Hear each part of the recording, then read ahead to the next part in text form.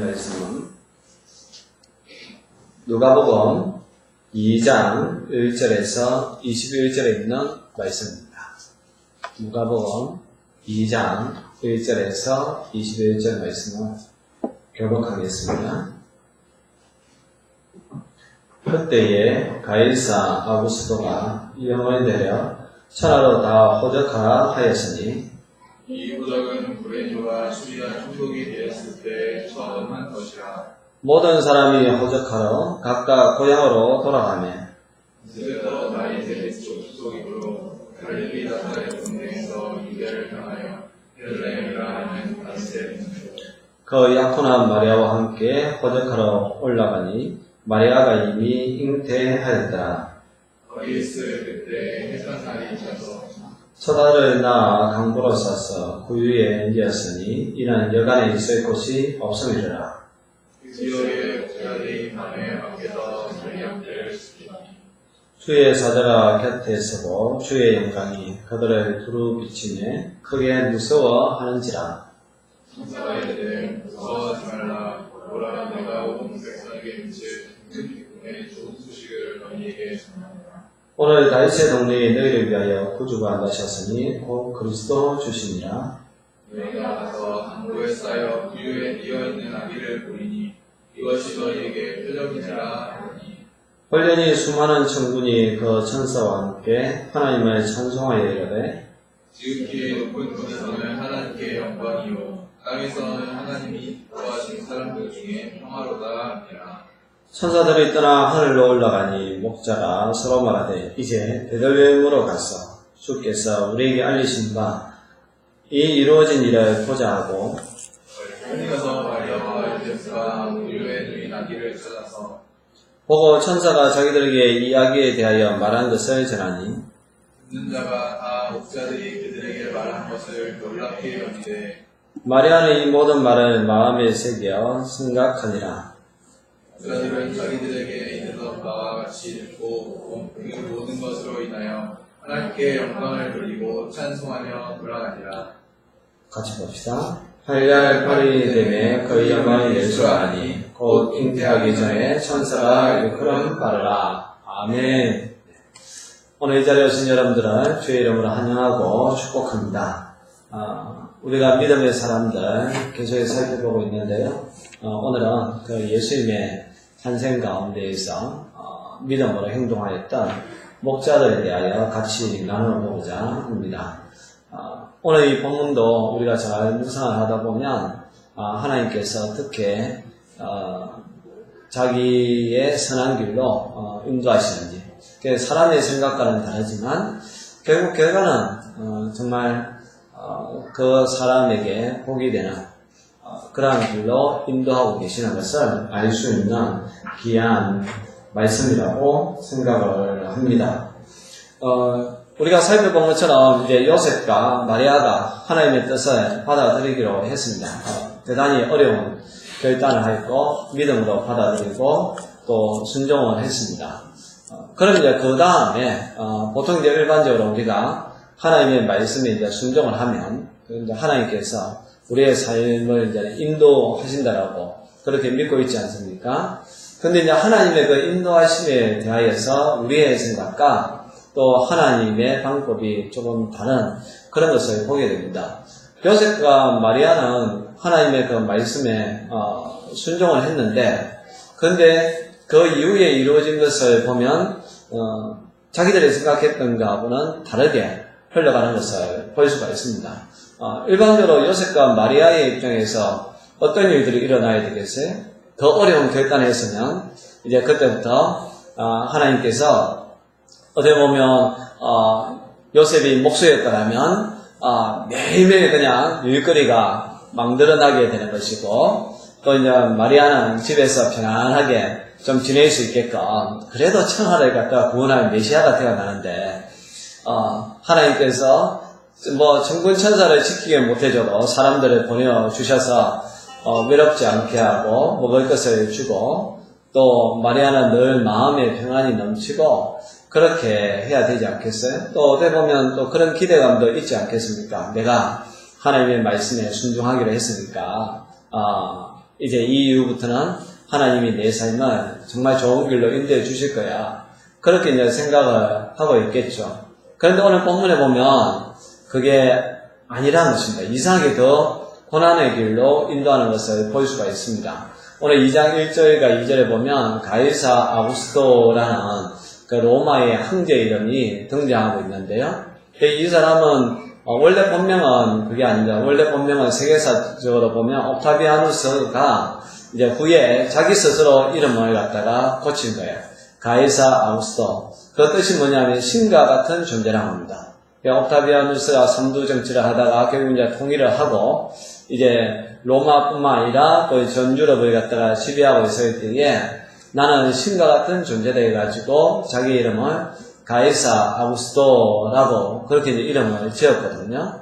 근데 이 가이사 아구스토, 그 옥타비아누스가 자기가 이름을 그렇게 바꾼 다음에 자기의 세력을 갖다가 자랑하기 위하여서 취한 조치가 하나의 이제 호적을 정리하라는 것입니다. 호적을 갖다가 새롭게 하라는 것이거든요. 여러분 이게 왜 그 가이사 아구스토에게 있어서 자기의 이름을 드러내는 것인가 하면 구약시대에 하나님 앞에 벌을 받았던 다윗이 한 번 있었는데 왜 그랬는가 하면 호구조사 때문에 그렇습니다. 인구조사.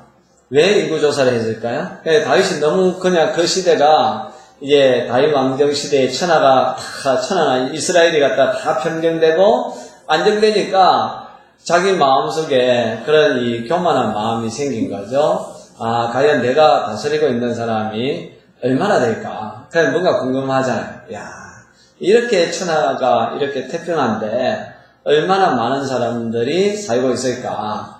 그렇게 해가지고 이제 인구조사를 시켜서 이때에 하나님께서 다윗이 그러한 행위를 옳지 않다 해가지고 벌을 내리시는 것을 볼 수가 있습니다.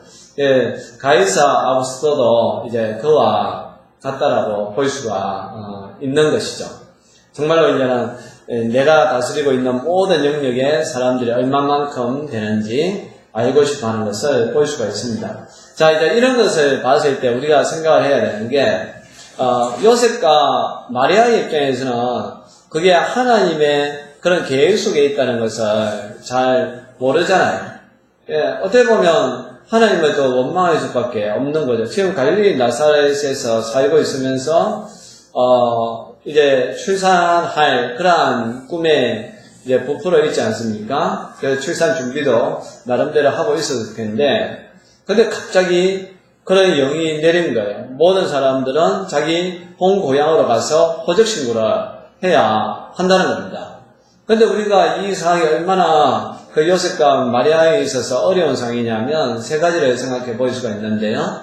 첫 번째는 그 갈릴리 나사렛에서 베들레헴까지의 거리가 상당히 멉니다. 옆 동네가 아니라 144km 정도 된대요. 그럼 여기에서 한 구미까지 정도의 거리.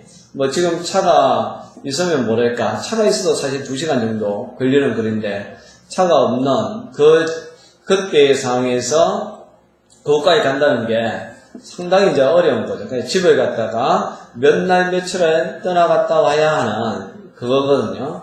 그 다음에 이제 두 번째는 뭡니까? 만삭의 몸이잖아요. 잉태할 때가 되었다 하니까. 그냥 뭐 건강한 사람도 왔다 갔다 하는 게 쉽지 않은데, 이걸 뭐 만삭된 몸을 가지고 가려고 해봐요. 얼마나 힘들겠어요? 그리고 또 세 번째는 결정적으로 가기는 갔는데, 뭐가 없겠습니까? 여간이 없겠잖아요. 잠잘 곳도 없는 그 동네라는 거예요. 여러분, 그러니까 요셉과 마리아의 이때의 그 마음은 어떤 마음일까요? 믿음으로 순종을 했잖아요. 받아들였는데, 이 가정을 보니까 아닌 것 같아요. 이 사람이 하나님의 말씀에 순종을 했으면, 그때 어떤, 정말로 내 삶이 더 복된 길이어야 되는데, 점점 더 꼬여지는 그런 것을 보게 된다는 거죠. 근데 우리가 알아야 될 것은, 우리 입장에서는 그게 이해가 되지 않지만, 왜 하나님께서 그렇게 하셨을까요? 하나님은 바로 하나님께서 약속하신 것을 이루기 위해서 하셨다는 겁니다. 메시아가 어디에서 태어날 거라고 예언을 했죠? 베들레헴에서 태어날 거라고 했지 않습니까? 그리고 또 메시아는 다윗의 후손이라고 이야기했고, 사실 다윗이 살던 고향이 베들레헴이거든요. 미가서 5장 2절에 있는 말씀처럼 베들레헴 에브라다야 너는 유다 족속 중에서 가장 작을지라도 이스라엘을 다스릴 자가 너에게서 내게로 나올 것이다 라고 그렇게 이제는 예언을 한 거거든요. 그냥 하나님께서 결국 그 예언을 이루기 위하여서 가이사 아구스토를 사용하신 거죠. 그러니까 우리가 역사라는 넓은 관점을 잘 생각을 해야 됩니다. 가이사 아구스토, 그러니까 옥타비아누스는 하나님의 뜻하고 상관없이 결국 자기의 그 영역을 갖다가 자랑하기 위하여서 어떻게 보면 자기가 얼마나 위대한 존재인가를 갖다가 남들에게 가시하기 위하여서 이제 호적을 갖다가 다 등록하라고 했지만, 그러나 결국 그것은 하나님의 뜻을 이루기 위한 하나의 과정이라는 거죠. 요셉과 마리아의 현재의 삶의 모습, 그런 것도 참 이해되지 않고 또 어떻게 보면 참 괴롭고 어려운 그러한 과정인데, 하나님의 입장에서 보면 결국 그것도 요셉과 마리아를 갖다가 베들레헴으로 가게끔 하는 것도 하나님의 뜻을 이루기 위한 하나의 과정이라는 거죠. 하나님이 사용하신다는 거죠. 여러분, 그런 관점에서 나를 생각을 해야 된다는 거예요. 지금 내 상황 자체가 이해되지 않는 부분들이 많잖아요. 제가 볼 때 여기 있는 사람 다 그럴 것 같아요. 예. 정말 여러분들 뜻대로 다 되고 있다는 사람 여기 있습니까? 보니까 없는 것 같아요. 그럼 저도 마찬가지예요. 지금 상황 자체는 제가 생각했던 그런 상황하고는 다르게 가는, 점점 더 어떻게 보면 한편으로 보면 뭔가 꼬인다라는 그런 생각이 들 때도 이제 있거든요. 그러나 믿음의 관점에서 우리가 넓게 봤을 때에 이 모든 과정도 하나님의 섭리와 계획 속에 있겠구나. 그럼 중요한 거는 뭐겠습니까? 제일 중요한 거는 이런 과정 속에서 그럼에도 불구하고 우리는 하나님의 약속을 믿는 거예요. 내가 지금 이해는 참 안 되는데, 내 뜻대로 잘 되지도 않고, 어떻게 보면 하나님이 내 삶을 갖다가 더 좋게 만들어 주셔야 되지 않겠습니까? 라고 함에도 불구하고 되지 않지만, 그럼에도 불구하고 내가 하나님을 신뢰하고 나가면 반드시 하나님께서 마지막에는 결국 하나님의 뜻을 이룰 뿐만 아니라 나로 하여금 사슴같이 높은 그러한 산에 오르게 해 주신다라는 그런 믿음을 가지고 저와 여러분들은 사는 길밖에 없다는 것입니다. 지금 요셉과 마리아도 그래요. 요셉과 마리아의 미래성이라고 했을 때에 결국 자기의 뜻대로 되는 건 아니지만 어쨌든 순종하면서 나아가잖아요. 호적하라. 그럼 거기에 하나님의 뜻이 있는지 없는지 모르겠지만 그러나 결국은 그런 만삭의 몸을 가지고 베들레헴으로 하고 있지 않습니까? 그러니까 우리도 그런 인생을 살자는 거죠. 근데 우리뿐만 아니라 성경에서 말하는 다 믿음의 사람들이 다 그렇더라고요, 보면.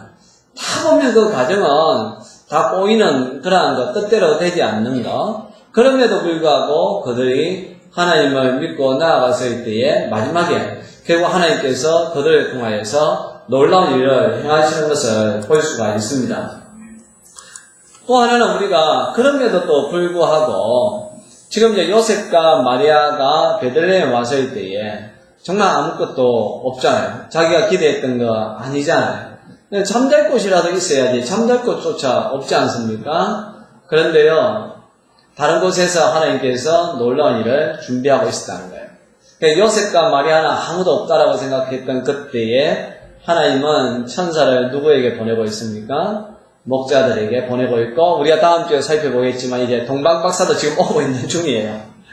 그러니까 지금 이 산속에 뭐야 이거 진짜 이 내 형편이 이게 뭐지? 어떻게 보면 너무 서럽잖아요. 아니 말씀에 순종하면서 내가 여기까지 왔는데 잠잘 곳도 없고 찾아오는 사람도 없고 이거 너무나 서러운 이 순간인데 나는 근데 보이지 않지만 그러나 하나님은 지금 목자들을 준비하고 있고 또 동방박사들은 지금 오고 있는 과정에 있다는 거 알 수가 있는 거죠. 그래서 하나님이 이제 목자들에게 찾아갑니다. 목자들이 이제 밤에 밖에서 양들을 지켜 있었다라는 그 말씀이 있는데요. 왜 목자들에게 왔을까? 여러분 여기에도 하나의 예표가 있습니다. 앞서 이야기한 것처럼 그 예수님은 다윗의 후손에서 난다 했잖아요. 그럼 다윗의 직업이 뭐였나요? 양측이 이제 이 목동이었지 않습니까? 원래 이제는 그런 것이거든요. 이 다윗의 후손, 다윗이 목동이었는데, 지금 이 사람들도 이제 목동이라는 거예요. 그러니까 문제는 시간적인 다윗 시대하고 너무나 긴 시간, 한 1500년의 그러한 간격이 있다 보니까, 어느 순간 시간이 흐르다 보면 사람은요, 희망도 없고, 소망도 없고, 어떻게 보면 그냥 이렇게 살다가 가야지, 그런 생각이 젖어들 때가 많거든요. 지금으로 이 성경에 있는 목동도 그렇다는 거예요. 한때는 그들도 다윗의 생각도 했겠죠. 다윗은 목동이었지만 그래도 하나님께서 쓰시니까 이스라엘의 위대한 왕이 되었다. 우리도 그런 희망을 가지자라고 생각했지만 그러나 그게 1대가 지나고 2대가 지나고 3대가 지나여도 변하지 않으면 사람들은요, 나는 그냥 어쩔 수 없어. 그는 다윗의 이야기지 우리 같은 사람은 아무 소용이 없어. 그렇게 생각할 수 있는 거거든요. 그런데 하나님께서 천사들은 그 목자들에게 보내주셔서 다시 한 번 더 다윗이라는 사람을 생각하게 된 거죠. 또 다르게 생각한다면 목자들을 향하여서 여전히 너희들도 쓸모있는 존재, 여전히 하나님께서 사랑하시는 존재라는 것을 알려주고 있다는 사실입니다. 또 특별히 이 목자들은 이 밤중에 오늘 성경에 보니까 8절에 보면 그 지역의 목자들이 밤에 밖에서 자기 양들을 지켰다라고 이야기합니다. 그 어두운 밤중에 누군가 찾아오진 않지만 자기의 자리를 묵묵히 지킨 사람들, 그 사람들을 하나님이 사용하신다는 거죠. 여러분, 이게 왜 어려운가 하면 자기 자리를 지킨다는 게 이때 이제 그 이스라엘의 그 날씨가 일교차가 참 심해요. 밤에는 한 4도에서 6도, 뭐 영하로는 내려가지 않지만, 근데 낮에 기온이 한 40도 되니까 체감 온도가 얼마나 춥겠어요. 그래서 그 예수님도 그런 이야기를 하셨어요. 그 형제들에게 거의 속옷은 빼앗아 가도 모르는데 겉옷은 빼앗아 가지 말라고 했거든요. 그러니까 우리 정서적으로 보면 속옷을 빼앗아 간다면 뭔가 수치스럽잖아요. 근데 그 수치스러운 거는 그냥 그렇다 하더라도 겉옷은 저당 잡혔다가도 뭐합니까? 저녁에는 돌려주라고 했거든요. 왜 그렇게 이야기했겠어요? 이 겉옷이 없으면 밤에 얼어 죽는다는 거예요. 차라리 남에게 수치를 주는 건 좋지만, 남에게 생사가 걸려있는 것을 갖다가 빼앗아서는 안 된다는 거예요. 그만큼 이 밤중에 온도가 많이 떨어지고, 그래서 이제 사람이 죽을 수가 있기 때문에 이 겉옷은 빼앗으면 안 된다라고, 그래서 저녁에는 꼭 돌려주라고 그렇게 이제 이야기를 했습니다. 그만큼 이제 춥다는 거거든요. 그럼에도 불구하고 이 목자들은 그 자리를 지키고 있었다는 거예요. 그리고 이 계속해서 동일한 일들을 반복하다 보면 사람은요, 기대감이 없어지고요. 그리고 또 외롭습니다. 여러분, 바람 부는 그런 날 깊은 그런 곳에서 있을 때에 얼마나 외롭겠어요? 그래서 제가 늘 여러분들 가끔 이제 그런 이야기를 한 때가 있는데요. 그냥 우리가 교회라는 것이 뭐냐라고 했을 때 자기 자리를 지키고 있으면 사람은 분명히 온다는 거예요. 근데 그게 어렵다는 거예요. 그게. 왜 어렵겠습니까? 그냥 혼자 있으니까 외롭거든요. 그래서 이제 그런 거죠. 원리가 똑같아. 내가 왔어요. 있는데 아무도 없으니까 외로워요. 그러면 내가 가봐야 사람들이 안 와. 생각하고 안 와요. 그런데 이 사이에 또 다른 사람이 와요. 그럼 또 그 사람은 또 왔다가 또 다른 사람이 없어. 그럼 외로워. 또 안 와. 그럼 또 다른 사람이 와. 사람이 안 오는 게 아니라 누군가가 뿌리 깊은 나무처럼 그 자리를 지키고 있어야 되는데 그 지키고 있는 사람이 없으니까 왔다 가고 그렇게 한다는 거죠.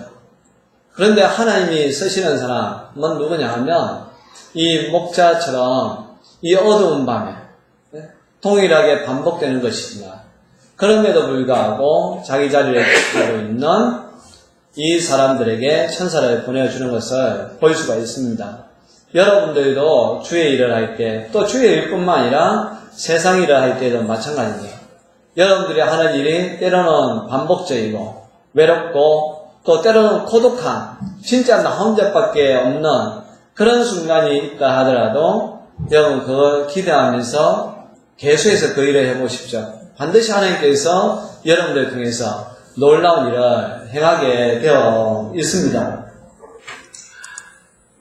그리고 이제 이 목자들을 통해서 저와 여러분들이 본받아야 할 게 뭐냐면요. 15절과 16절 한번 보시기 바랍니다. 천사들이 떠나 하늘로 올라가니 목자가 서로 말하되 이제 베들레헴으로 가서 주께서 우리에게 알리신 바 이 이루어진 일을 보자고 빨리 가서 마리아와 요셉과 그 위에 누인 아기를 찾았어 라고 되어 있습니다. 지금 목자들이 천사들의 소식을 들었어요. 천사들이 이야기해주는 그 소식을 들었는데 거기에 대한 반응이 어떠냐. 여러분 이게 우리의 믿음입니다. 여러분들 지금 하나님의 말씀을 듣고 있잖아요. 그럼 여러분들이 들은 말씀에 대해서 어떻게 반응하느냐는 거예요. 제가 방금 전에 그런 이야기 했죠. 우리가 힘들고 어려워도 우리 자리를 지킵시다 했잖아요. 그럼 여러분들 거기에 어떤 반응을 보이겠어요? 그렇게 해야죠. 그게 믿음이라. 목자들은 그랬다는 겁니다. 천사들이 그런 이야기를 했을 때 성경에 보니까 서로 이제 이야기했다고 했거든요. 서로 이야기할 때에 참 저는 그런 걸 좀 볼 수 있어서 참 좋았겠다 싶어요. 이 목자들이 서로 어떤 이야기를 했는지. 뭐 어떤 사람은 내일 가자 한 사람도 있을 것이고 어떤 사람은 지금 바로 가자라는 한 사람도 있을 것이고 야 우리가 잘못 들었을지도 몰라. 밤중이라서 우리가 한 층이나 한 상을 봤을지도 몰라. 다시 한번 우리 생각해보자. 그렇게 했을 수도 있겠죠. 그래서 어쨌든 성경에서 나오는 말은 이구동서로 우리 가자. 그런데 뭐라고 이야기합니까? 16절 보니까 빨리 가자. 다르게 이야기하면 즉시 가자. 여러분 이게 믿음이라는 거예요.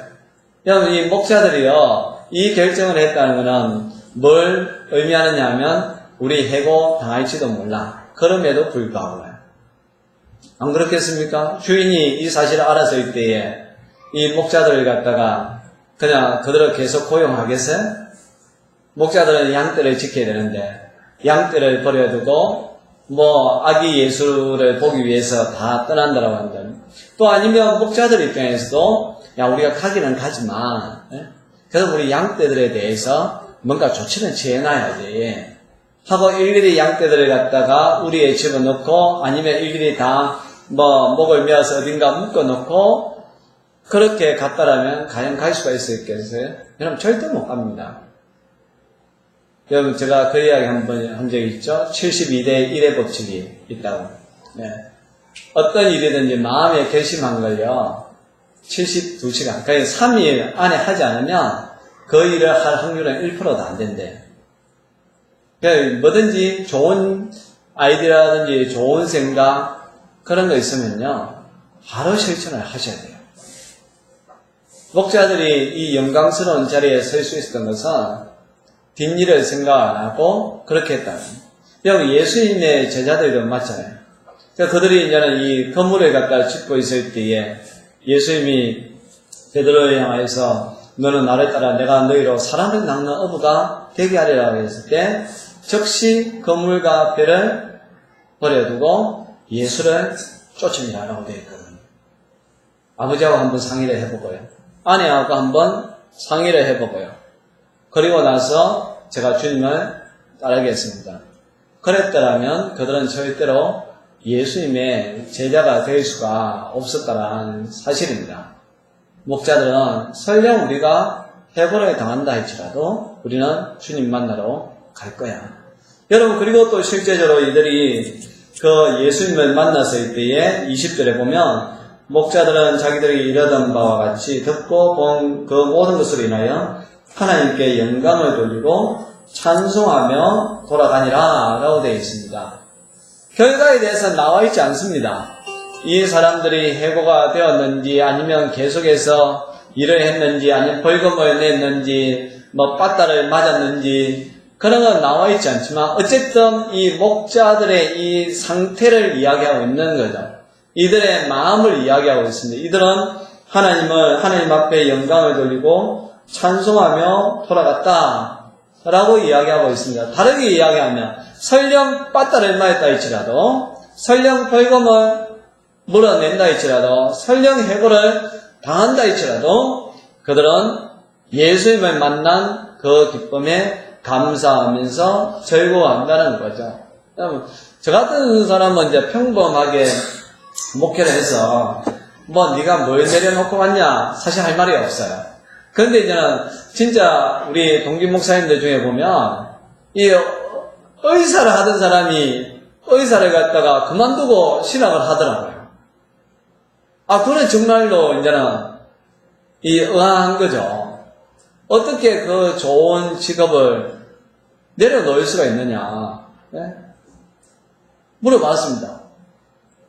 아니, 그 장로님이시는데, 장로님은 왜 그 좋은 직업을 포기하고 이렇게 목회를 하기로 하셨어요? 라고 물어보니까 그분의 말씀이, 그렇다면 시간은 흘러가는데, 예수님 믿는 사람으로서 시간은 가고 주님 볼 날은 다가오는데, 내가 과연 주님 앞에 당길 수 있는 게 뭘까?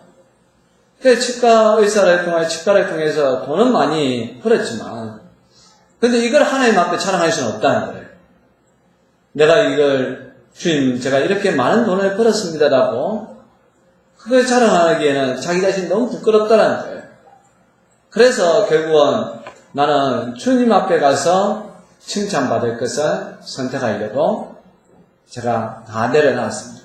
그래서 이제는 신학을 하고 목사님이 되셨고 선교사로 가지고 몽골에 가서 이제 선교를 하셨고 엊그제 보니까 이제 은퇴하셨더라고요. 퇴임을 하셨는데 그렇잖아요. 만약에 여러 가지 생각, 세상적인 그런 생각을 했더라면 사실 그런 건 못 내려놓습니다. 근데 그걸 내려놓을 수 있었던 이유는 내가 하나님 앞에 서서일 때에 하나님이 나를 어떻게 보실까. 또 예수님이 내 안에 계신데 그 예수님을 위해서 내가 할 수 있는 게 뭘까. 그걸 생각하니까 사실 그 모든 것들이 다 헛되다는 거죠. 그걸 내가 움켜쥐고 있어 봐야 무슨 소용이 있겠냐. 물론 케이스 바이 케이스입니다. 그런 것을 통해서 또 선교적으로 할 수 있겠지만 이제 그분의 입장에서는 내가 이렇게 개수해서 남의 자꾸 입만 쳐다보다 인생 끝나는 게 아니라 사람들에게 복음 전하는 인생으로 살다가 가야 되겠다 하고 이제 내려놓는 거죠. 그분뿐만 아니라 우리가 보면 어떻게 저런 분이 저렇게 주님을 위해서 살까? 다른 거 없어요. 그분들은 오직 주님만 보기 때문에 그런 거예요. 이 목자들처럼 예수님만 바라보았기 때문에 그들은 과감하게 그곳을 떠날 수가 있었던 것입니다. 저와 여러분들도 마찬가지입니다. 하나님께서 우리에게 뭔가 감동을 주실 때는요, 바로바로 하세요. 바로바로. 예. 저는 정말 주님이 나에게 전도하라고, 한 명 전도하고 봉사라고 하면 바로 하시고, 또 이렇게 섬기라고 하면 또 이렇게 섬기고 해야지. 여러분, 그게 시간이 조금만 지나면요, 딴 생각 나요. 아깝다는 생각이 들고, 내가 해봐야 무슨 일이 일어나겠어? 그런 생각이 들잖아요. 그래서 또 1년 가잖아요. 벌써 1년 지금 다 됐지 않습니까? 한번 돌아보세요, 여러분들이. 네. 근데 그런 생각 들지 않습니까? 그때 내가 진짜 그 생각이 들었을 때에, 그걸 그냥 마음 변하지 아니하고 했더라면, 얼마나 좋았을까. 여러분, 그런 생각 들지 않나요? 돌아보면 그런 생각 많이 들잖아요. 저도 후회하지 않는 건 딱 하나 있어요. 그러니까 제 뜻대로는 되지 않지만 후회하지 않는 건 딱 하나 있어요. 그때 마음 정하고 개척한 거. 그거는요, 아마 다음에 이 교회 문에 닫는다 하더라도 사실 그거는 후회를 안 할 것 같아요. 근데 마음을 딱 정했을 때 그 몇 번이 했지만 또 그때 갑자기 우리 예중이가 딱 생겨가지고 이거 어떻게 해야 되지? 그럼에도 불구하고 그래도 하자 라고 해서 한 거에 대해서는 절대 저는 후회가 없어요. 우리 주위의 동기들 봐도 그렇고 정말 하기 잘했다. 그러나 이제 지금 가정은 앞에 이야기한 저 요셉과 마리아와 같은 가정이에요. 지금 뭐지 이게? 그래도 막 큰 이 결단하고 나섰는데 이제 4년 되고 이제 내년이 이제 5년 차 되어 가는데 하나님 그래도 저는 뭔가 놀라운 일들이 일어날 줄 알았는데 이게 뭐죠? 물론 이제 그럼에도 불구하고 그래도 또 이게 어딥니까? 감사하는 마음은 있지만 또 한편에 인간적으로 생각하면 그래도 좀 더라는 이제 그런 생각이 들잖아요. 그래도 이제 또 오늘 말씀을 통해서 힘을 얻는 거는 그래 내 뜻대로 지금 되고 있지는 않지만 그래도 하나님 믿고 나가자. 하나님이 또 올해를 그래도 여기까지 인도해 주셨는데 내년에 어떻게 우리의 삶을 인도해 주실지 우리 교회를 어떻게 인도해 가실지는 모르겠지만 그래도 하나님을 믿고 나가면 반드시 하나님께서 어딘가 준비하고 계실 거야.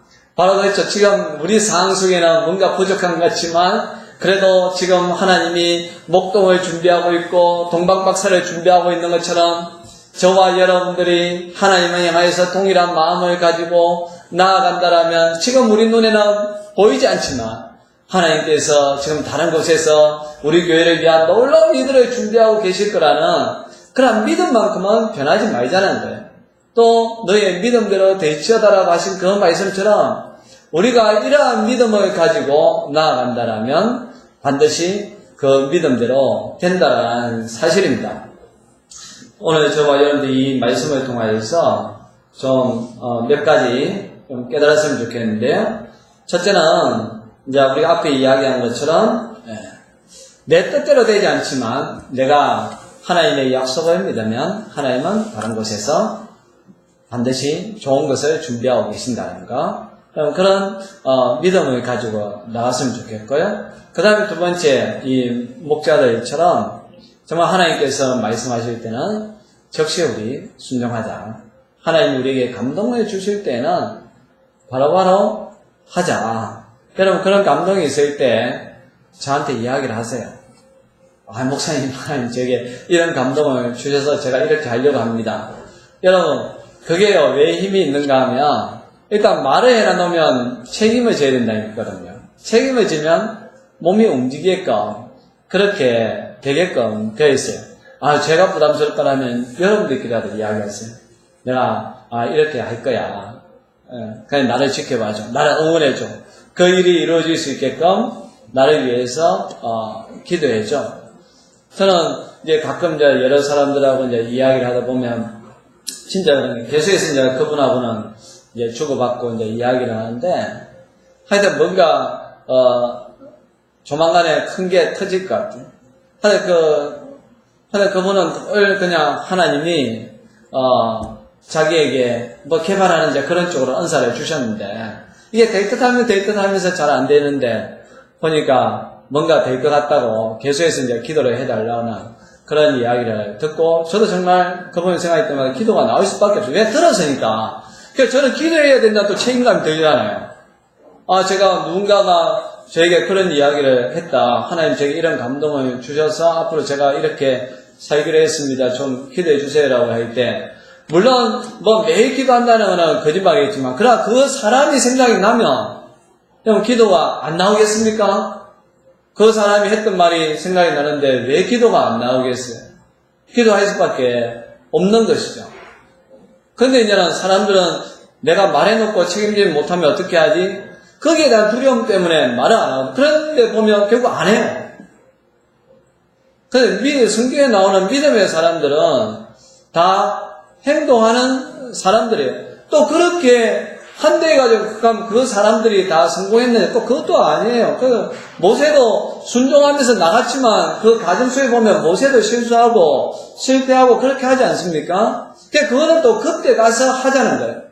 그때 내가 실수하면 다시 깨닫고 다시 한 걸음 나가고 그렇게 해야지 처음부터 내가 실수할 거 실패할 거 생각을 해가지고 아예 반응조차 하지 아니하고 행동조차 하지 않는다라면 그 사람은 아무것도 할 수 없는 사람이 되고 만다는 것입니다. 여러분, 내년에는 정말 여러분들이 이 주의 몸된 교회를 위하여서 이 목자들처럼 즉시 순종했으면 좋겠습니다. 여러분들에게 어떤 감동이 왔을 때에 그 일을 즉각 그렇게 행동으로 나아간다라면 바로 이 목자들처럼 정말 하나님 앞에 영광을 돌릴 뿐만 아니라 찬송하며 나갔다는 거예요. 얼마나 이 기쁨이 충만하다는 거, 그런 표현이잖아요. 너무너무 자기 마음속에 기쁨이 충만한 그러한 마음을 가지고 나가는 것을 볼 수가 있습니다. 우리 모두가 다 그러한 믿음의 사람들 될 수 있기를 바랍니다. 우리 찬송하겠습니다. 찬송가 125장.